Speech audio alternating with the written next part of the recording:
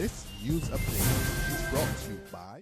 Got kids? Then you need video on demand from Flow, with hours of entertaining shows and movies for boys and girls of all ages. There's always something to watch. Simply press the VOD button on your Flow remote. This is how we do TV. This is how we Flow. It's Friday, January the 8th, 2016, and this is your Barbados Today morning news update. I'm Emmanuel Joseph. Thanks for joining us. In our top story this morning, Telecoms provider Digicel has announced it will absorb the controversial 4.5% increase on value-added tax on cell phone use. The new levy, which was implemented by the government, took effect on January the 1st this year. Digicel's Regional Chief Executive Officer Paul Osborne says the company will comply fully in paying the VAT, which could be in excess of $1 million annually. Digicel is delighted to announce that we will not be passing the VAT increase of 4.5% on mobile services to all of our new prepaid plans, our postpaid smart plans and our business customers. Digicel absolutely applauds the government's education initiatives and its objectives, and we will continue to be in full compliance with all its tax regulations. But as such, Digicel will be absorbing the new tax increase, and while our customers will not be out of pocket, Digicel will continue to pay all our taxes over to government at the new increased rate. We recognise the strain the newly imposed VAT increase may have on our customers' pockets, so we know this gesture will be welcomed by our Digicel's customers and all of the people of Barbados who could avail of this great offer. In response, communications analyst Hallam Hope described the Digicel announcement as a very smart strategic move to try to get an added competitive advantage in a market in which Digicel and Flow are fighting toe-to-toe for mobile customers. I think it's a very, very good move now that Digicel has taken. I think that Digicel customers are very, very happy about it. And it remains to be seen now whether Flow will match this move by Digicel and do likewise. And consumer analyst with the Barbados Consumer Research Organization, Inc., Malcolm Gibbs Tate, was high in praise for Digicel, saying, "Long may the company survive."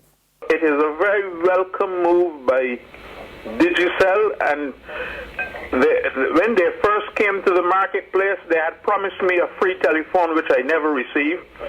Well, I now forgive them for that. In more news now, industrial action at the QEH has been averted, at least for the time being. Last week, the National Union of Public Workers threatened to take industrial action if the management of the hospital went ahead and implemented a January 1st 24-hour shift system in the pathology department without first discussing it with the union. And yesterday, General Secretary of the union, Rosalind Smith, told Barbados Today those discussions were held on Tuesday and the hospital agreed to conditionally suspend the early implementation of the shift system. The matter of the implementation has been postponed until certain things are put in place. So we discussed a number of issues. But the main or the core issue would be the additional staff that will be needed to properly implement the shift system at the hospital. So the requests have gone to the Ministry of Civil Service, so we are hoping for a speedy response because it's a very critical area you're looking at. Smith said an additional 14 support staffers will be needed for the shift system to properly function, and that request has already gone off to the Ministry of the Civil Service, from where she is hoping for a quick response.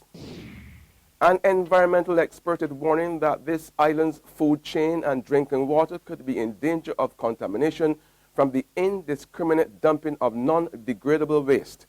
Speaking against the backdrop of the renewed concerns over a recent spate of illegal dumpings in St. Thomas and St. Michael, occupational hygiene specialist with the REA Enviro Health International, Harold Oxley, cautioned Barbadians about the dire need to protect their delicate environment. Oxley is also worried about the ad hoc manner in which hazardous materials such as electronic items are being discarded in Barbados. there, for instance, electronic devices. Many of these things will have heavy metals as components, which when they break down will be released into the environment and can be leached into the soil and even into the water and possibly into the sea.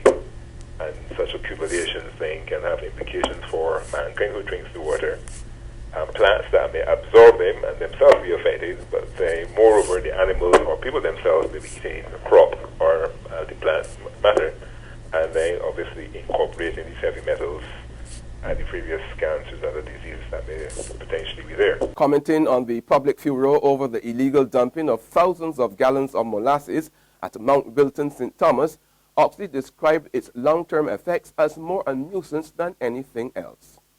I am not aware that molasses is going to form any particular toxic substance when it gets on the ground. It may actually fertilize the ground.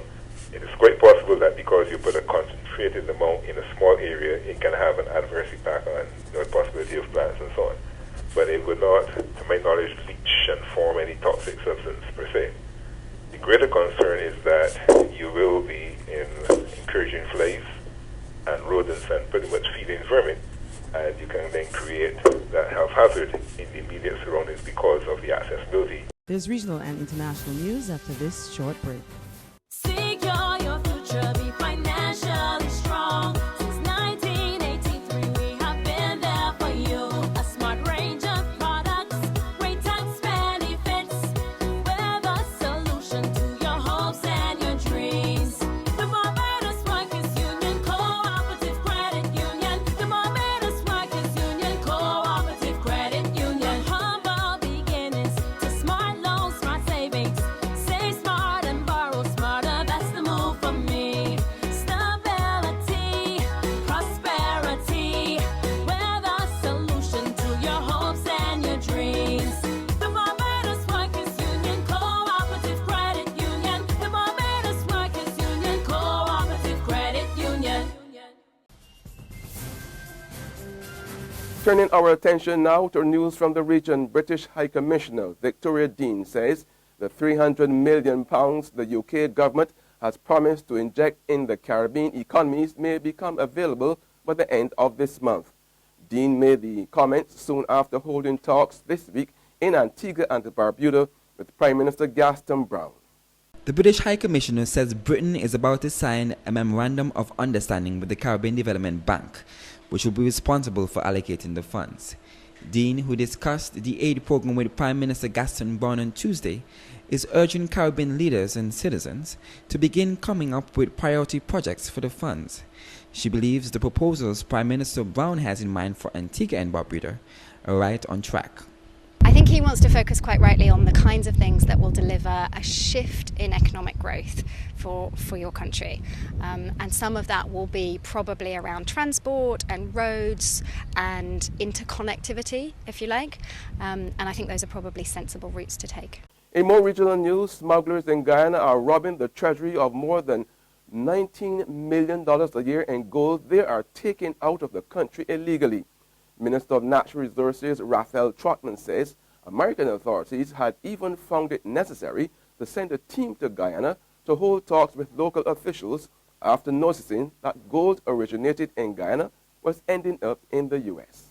It is assumed that approximately 15,000 ounces are leaving Guyana per week. If therefore it means that declarations are in the vicinity of 400 plus thousand, I believe that we are losing about 50 something to 60% of our production from smuggling. And on the international scene, floods have displaced more than 150,000 people in Argentina, Brazil, and Uruguay, as well as Paraguay, after days of torrential rains. Heavy rains caused rivers to surge past their banks. Authorities say it is part of the El Niño weather pattern. Paraguay's president declared a state of emergency to free up millions of dollars in relief fund. And on that note, we end our Barbados Today morning news update. However, you can join us again this afternoon. Until then, remember to log on to www.barbadostoday.bb, subscribe to our e-paper, email updates, or like us on Facebook. You can also catch us on Izumi Media in bus terminals or screenplay at supermarkets and gas stations near you. Also tune into Channel 101 on Flow TV and to Mix 96.9 FM to get all the latest news and sports. I'm Emmanuel Joseph. Have a fantastic day.